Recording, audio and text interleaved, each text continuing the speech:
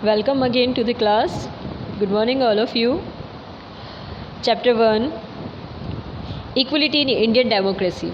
Class 7, Subject Social Study, Civics. We started the chapter and I made you the explanation of the introduction of the chapter, forms of the government and the definition of the government, and the last form and latest जो अभी चल रही है वो form जो मैंने आपको बता दी थी, डेमोक्रेसी। ठीक है, इसी को हम कंटिन्यू करेंगे। Who have the power to question it. Actually government democracy में ये अथॉरिटी होती है कि ऐसी पावर है जिसमें आप क्वेश्चन कर सकते हो गवर्नमेंट से। आप उसको क्रॉस क्वेश्चन पूछ सकते हो, उसने क्या किया है उसका रीज़न पूछ सकते हो। The English, the American and the French revolutions laid the foundations for the modern democracy in the 17th and the 18th centuries. अब हुआ ये था कि जो 18th centuries हैं, 17th centuries है अमेरिका में और फ्रेंच में, यानी कि फ्रेंच रेवोल्यूशन जो हुआ था फ्रांस में, तो उसमें क्या था, उन्होंने स्टार्टिंग किया था डेमोक्रेसी की, जो मॉडर्न डेमोक्रेसी है। मॉडर्न डेमोक्रेसी का मीनिंग है कि सारा सब कुछ जो राइट्स है वो पब्लिक के हाथ में है। इलेक्शंस, इलेक्ट्रल सिस्टम पूरा बनाया हुआ है। जो लीडर्स इलेक्टेड होंगे वो भी सारे पब्लिक की वोटिंग से होंगे। 17 और 18 सेंचुरी में इसकी स्टार्टिंग हुई थी। और इंडिया में जो ये डेमोक्रेसी आया था 1947 में आया था, क्योंकि हमको इंडिपेंडेंसी भी 1947 में ही मिली थी। और तब से लेकर के आज तक सिर्फ एक इंडिया ही ऐसा कंट्री है जिसके अंदर स्मूथली डेमोक्रेसी जो है वो मूव कर रही है। Now before the English revolution, also known as the glorious revolution. Glorious revolution इसको कहा जाता था क्योंकि ये इंग्लिश रेवोल्यूशन होने से पहले the Kings of England ruled with the total authority. और इंग्लैंड में क्या होता था, जो किंग होते थे, एक्चुअली इंग्लैंड में किंग नहीं होते थे, किंग रूल चलता था, लेकिन वहाँ पे क्या होता था, क्वींस हुआ करती थी जो रूल करने का काम करती थी। ठीक है, देन उनकी पूरी अथॉरिटी रहती थी। The king's wishes they are considered law. और वो अपनी विश के अकॉर्डिंग क्या करते थे, लॉ को कंसाइडर करते थे। लॉ उनकी विश के अकॉर्डिंग ही बनाया जाता था, चेंजेस होते थे और जैसा वो कहते थे वैसा ही डिसीजन होता था। The people protested against these laws. और पीपल क्या करते थे, ऐसे लॉज के अगेंस्ट प्रोटेस्ट करने का काम करते थे। सिर्फ प्रोटेस्ट कर सकते थे। प्रोटेस्ट का मतलब है आप मना कर सकते हो, आप बोल सकते हो कि ओपोज, सिर्फ शो कर सकते हो कि आपको पसंद नहीं है।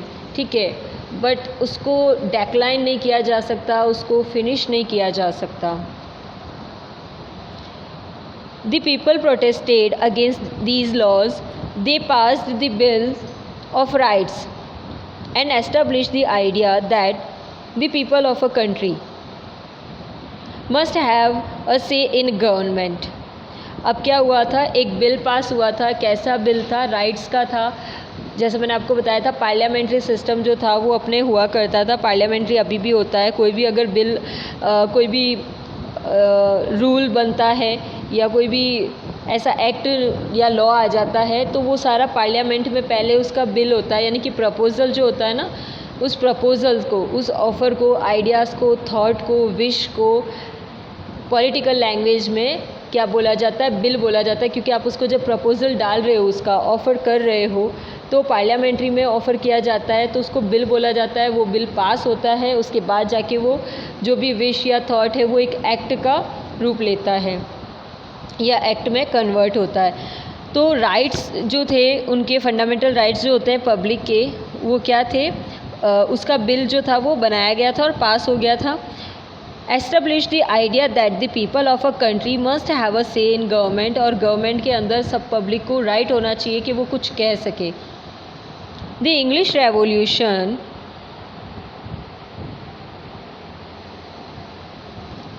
रेवोल्यूशन जो था had its echoes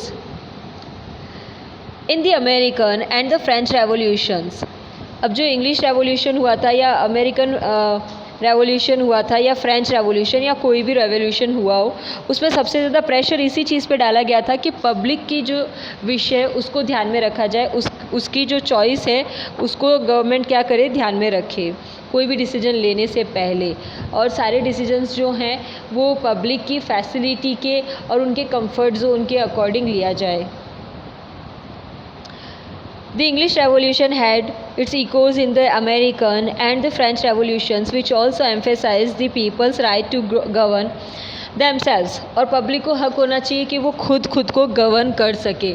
it means देखो, कई कंट्रीज़ ऐसी है जहाँ पे आप अपने प्रेजेंट और फ्यूचर लाइफ का डिसीजन नहीं ले सकते हो, लेकिन यहाँ डिमांड इसी चीज़ की हुई है कि ऐसा कुछ होना चाहिए कि गवर्नमेंट इतना राइट दे कि पब्लिक अपने डिसीजंस खुद ले सके या अपनी लाइफ को लेकर के ले सके।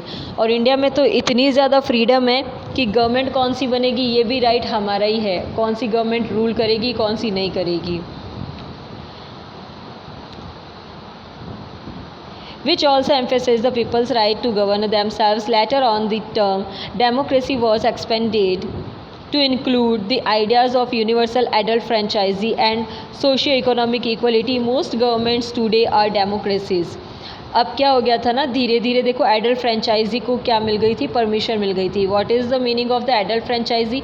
एडल्ट फ्रेंचाइजी का मीनिंग होता है सारी पब्लिक जो भी है, male female girl boy old या फिर जो भी एडल्ट है, उन सबको एक राइट होना चाहिए कि वो क्या कर सकते हैं, वोट दे सकते हैं, उनको इतना राइट मिलना चाहिए। तो ये जो राइट उनको मिल रहा है, इस राइट में ये है कि वो अपने जो भी उनको ठीक लगता है अपनी थॉट के अकॉर्डिंग वो क्या करेंगे, अपने लीडर को वोट करेंगे, इलेक्शन में उसको विनर बनाएंगे। और ये चीज़ किसके लिए इक्वल आनी चाहिए, सोशियो इकोनॉमिकली हर चीज़ के लिए इक्वल होनी चाहिए। ऐसा नहीं होना चाहिए कि नहीं, जो पहले क्या होता था, कई कंट्रीज़ में ऐसा भी हुआ है, जो क्लर्गी होते थे, जो रिच पर्सन्स होते थे या अपर मिडिल क्लास के लोग होते थे, तो उन क्लासेस के लोगों को और अपर क्लास के लोगों को ही राइट बनता था कि वो वोट दे सकते हैं, और गवर्नमेंट उनमें से ही पर्सन्स की बना करती थी। जो लोअर या मिडिल क्लास के लोग होते थे उनको राइट नहीं होता था कि वो इलेक्शन में फ़ाइट भी करे, मतलब इलेक्शन को फ़ाइट करना तो बहुत दूर है, वो इलेक्शन में पार्टिसिपेट भी नहीं कर सकते थे कि वोटिंग भी करें, ऐसा भी उनको राइट नहीं था। तो ये सारे राइट्स मिलने चाहिए थे। That is called the adult franchise. एक फ़िक्स लिमिट कर दी जाए एज की, जो भी मिनिमम एज है उस एज को डाल दिया जाए, और उस एज में क्या हो सकता है, सभी लोगों को राइट है, चाहे गर्ल हो बॉय हो, किसी भी कैटेगरी का हो, किसी भी तरह का उसका सोशल हो, इकोनॉमिकली वो स्ट्रॉन्ग है या वीक है, but he has to right to get vote. उसको वोट देने का हक होना चाहिए, वोट उसको मिलना चाहिए, ये वाला राइट जो आज सबके पास में इंडिया में तो है। Socio economic equality, most governments today are democracies. आज के टाइम में सबसे ज़्यादा गवर्नमेंट अगर फॉर्म कोई चल रही है तो वो डेमोक्रेसी की चल रही है। Democracies can be of two types. Democracy दो टाइप की होती है, direct and indirect. In a direct democracy the people directly elect and participate in the government. Direct और इनडायरेक्ट में ये होता है, जहाँ पे पार्लियामेंट्री सिस्टम होता है ना, वहाँ पे हमेशा इनडायरेक्ट डेमोक्रेसी होता है मोस्ट ऑफ द टाइम। क्यों होता है? क्योंकि जहाँ पे नहीं होता है वहाँ पे जैसे जहाँ पे सिर्फ प्रेसिडेंट होता है, प्राइम मिनिस्टर की पोस्ट ही नहीं होती, लाइक अमेरिका, तो वहाँ पे क्या होता है, डायरेक्ट डेमोक्रेसी हो सकता है। डायरेक्ट डेमोक्रेसी इसलिए हो सकता है क्योंकि वहाँ की पब्लिक डायरेक्टली इलेक्शन में पार्टिसिपेट करती है और अपना जो भी प्रेसिडेंट होता है उसको इलेक्ट करती है, उसको वोट देती है, और प्रेसिडेंट जो होता है वो इलेक्ट हो जाता है और डायरेक्ट पब्लिक उसको इलेक्ट कर रही है, और फिर वो पब्लिक पे रूल करना स्टार्ट कर देता है अपने जो भी एक टीम वगैरह बना के। लेकिन ऐसा होता है ना, इंडिया में ऐसा नहीं होता है। इंडिया में प्राइम मिनिस्टर भी है, इंडिया में अदर मिनिस्टर्स भी हैं। तो इंडिया में ये चीज़ होती है कि हम क्या करेंगे, पूरा स्टार्टिंग से प्रोसेस चलता है। पब्लिक अपने रिप्रेजेंटेटिव्स को जो भी होते हैं उनको इलेक्ट करती है, फिर वो इलेक्टेड पर्सन्स जो होते हैं वो आगे चल के दूसरे इलेक्शंस में जो सीनियर पर्सन्स होते हैं, सीनियर पोस्ट होती है मिनिस्टर्स की, उनको पार्टिसिपेट करके उनको वोटिंग करके फिर उनको लीडर बनाते हैं। तो ये सारा वोटिंग सिस्टम चलता है। तो ये होता है direct and indirect democracy. In an indirect or representative democracy people do not directly participate in the government. अब डायरेक्टली पार्टिसिपेट नहीं करती है पब्लिक। हम रोज़ रोज़ जाकर पब्लिक गवर्नमेंट को नहीं बता सकती कि आपको ये करना है, ऐसे गवर्न करना है कंट्री को, ये रूल बनाना है, ये एक्ट करना है।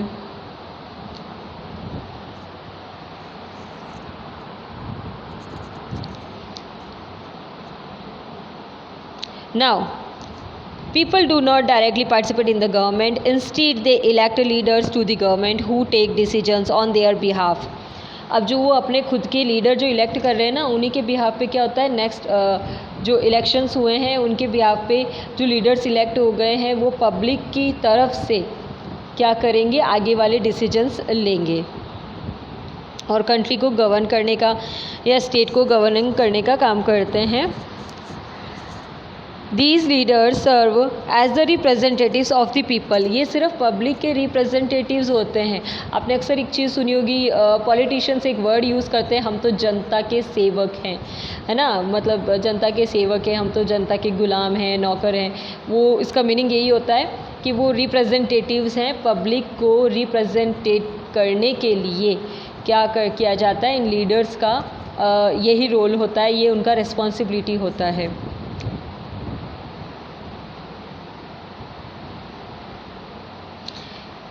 India is a representative democracy, और इंडिया में क्या है, रिप्रेजेंटेटिव डेमोक्रेसी। रिप्रेजेंटेटिव डेमोक्रेसी मतलब इनडायरेक्ट डेमोक्रेसी है, as I told you. As the head of our country the president is elected. हमारे कंट्री में क्या होता है, प्रेजिडेंट क्या होता है, इलेक्टेड होता है। India is also called a democratic Republic. India जैसी डेमोक्रेसी तो कहीं भी नहीं मिलने वाली पूरे वर्ल्ड में, क्योंकि इतनी ज़्यादा डेमोक्रेसी है यहाँ पे, इतनी ज़्यादा फ्रीडम लोगों को दे रखी है, चाहे वो किसी भी मैटर से करता हो। एक रीज़न ये भी है कि ये नॉन रिलीजियस कंट्री है, प्लस इसमें सारे इक्वलिटी दिया जाता है, इक्वलिटी राइट्स दिए हुए हैं, सारे जितने भी कस्टम्स हैं, ट्रेडिशंस है, कल्चर है, रिलीजन्स है, सबको। Now democratic government can also be parliamentary और प्रेसिडेंशियल। गवर्नमेंट क्या हो सकती है, डेमोक्रेटिक गवर्नमेंट या तो क्या हो सकती है, प्रेसिडेंशियल हो सकती है, जैसे अमेरिका में है और अदर कंट्रीज़ में है, और या फिर क्या हो सकता है, ये पार्लियामेंट्री सिस्टम हो सकता है। पार्लियामेंट्री मतलब होता है लोकसभा, राज्यसभा, मतलब कोई भी काम होगा तो पूरा प्रोसीजर से होगा, ऐसे नहीं कि प्रेसिडेंट एक अकेले ने डिसीजन ले लिया और वही होगा, ऐसा नहीं होता है। इसमें बहुत सारे रोल रहते हैं, बहुत सारे रिप्रेजेंटेटिव्स होते हैं जो इलेक्टेड होके आते हैं पब्लिक की तरफ से और अपना रिप्रेजेंटेशन देते हैं, पब्लिक की जो विशेज़ होती है उनको सबके सामने, गवर्नमेंट के सामने रखते हैं, स्टेट गवर्नमेंट के सामने, स्टेट कंट्री गवर्नमेंट जो होती है सेंट्रल गवर्नमेंट के सामने उसको पेश करती है, एंड फिर उसको अप्रूवल मिल जाता है। So India is a democratic government and India has a parliamentary system also. The president is the head of the government as well as the head of the state. President क्या होता है ना, president जो जहाँ पे presidential government होती है वहाँ पे प्रेसिडेंट ही हेड होता है, पूरी कंट्री का भी प्रेसिडेंट ही हेड होगा और जो स्टेट है उसका भी हेड कौन होगा, सिर्फ प्रेसिडेंट ही होगा। लेकिन पार्लियामेंट्री गवर्नमेंट में क्या होता है, प्रेसिडेंट सिर्फ कंट्री का हेड होता है और ऑफिशियल हेड होता है, और रियल हेड कौन होता है, प्राइम मिनिस्टर होता है, और स्टेट का रियल हेड कौन होता है, गवर्नर होता है। और एक्चुअली जो रियल हेड है, जो उसके सारी पावर्स को यूज़ कर रहा है, ठीक है, वो कौन होगा, ऑफिशियल हेड हो गया गवर्नर, हिंदी में बोलते हैं उसको राज्यपाल, और रियल हेड कौन हो जाता है, सीएम, चीफ मिनिस्टर, हिंदी में कहते हैं उसे मुख्यमंत्री। ठीक है, तो ये गवर्नमेंट का फॉर्मिंग सिस्टम चलता है। He is directly elected by the people. अब वो कौन होता है, वो डायरेक्टली क्या होता है, पीपल उसको इलेक्ट करने का काम करते हैं, किसको, प्रेसिडेंट को, और उसको इजीली क्या हो सकता है, उसके जो भी उसकी पोस्ट होती है उसको इजीली वहाँ से नहीं हटाया जा सकता। देखो प्रेसिडेंट तो कोई भी हो, कहीं का भी हो, उसको एकदम से ऐसे नहीं बोल सकते चलो अब तुम जाओ, अब तुम्हारा कोई काम नहीं रहा, या we are not happy with you, या वी डोंट लाइक यू, ऐसा नहीं हो सकता। एक पर्टिकुलर प्रोसीजर होता है, जैसे इलेक्शन होता है, उसको इलेक्ट करने के लिए, उसको उसकी पोस्ट पर पोस्टेड करने के लिए क्या होता है, एक पर्टिकुलर प्रोसीजर होता है, वैसा ही प्रोसीजर होता है उसकी पोस्ट से उसको रिमूव करने के लिए।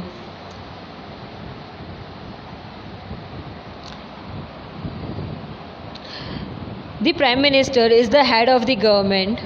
He is selected from representatives elected by the people. जैसा मैंने आपको बताया था, प्रेसिडेंट इलेक्टेड होता है, उसको कौन इलेक्ट करता है, जो दूसरे अदर मिनिस्टर्स होते हैं। अच्छा, ये अदर मिनिस्टर्स में एक मिनिस्टर होता है प्राइम मिनिस्टर, जो रियल हेड होता है। रियल और ऑफिशियल हेड में क्या होता है, फ़र्क क्या है, दोनों में डिफरेंसेस ये हैं, सारी पावर्स जो होगी वो रहेगी ऑफिशियल हेड के पास में, लेकिन उनको एक्चुअली इम्प्लीमेंट करने का काम, उन पावर्स को यूज़ करने का काम कौन करता है, रियल हेड करता है। तो कंट्री लेवल पे कौन करेगा उनको यूज़ में, पीएम यानी कि प्राइम मिनिस्टर, और स्टेट लेवल पे है तो कौन करेगा, सीएम करेगा, और ये सारे उनके बिहाफ पे होता है, प्रेसिडेंट के और गवर्नर के।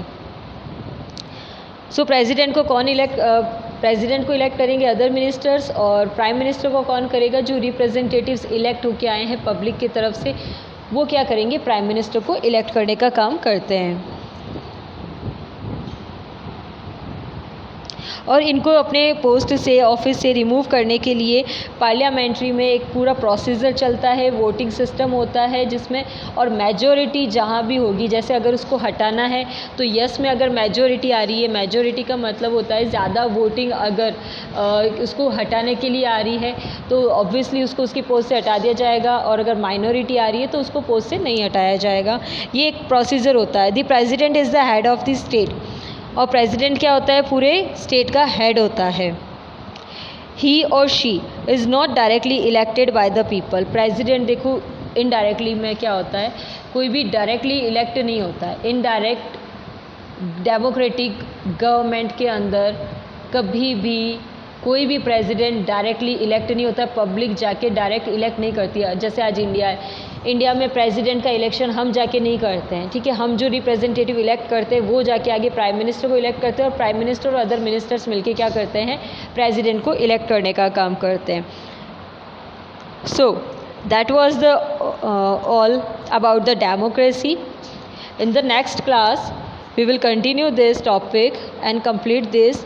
We will understand the constitution, the preamble of the constitution, and the federal system of India, and the key feature of a democracy. Till then, take care of yourself. Watch this video again and again till you can understand the chapter's meaning.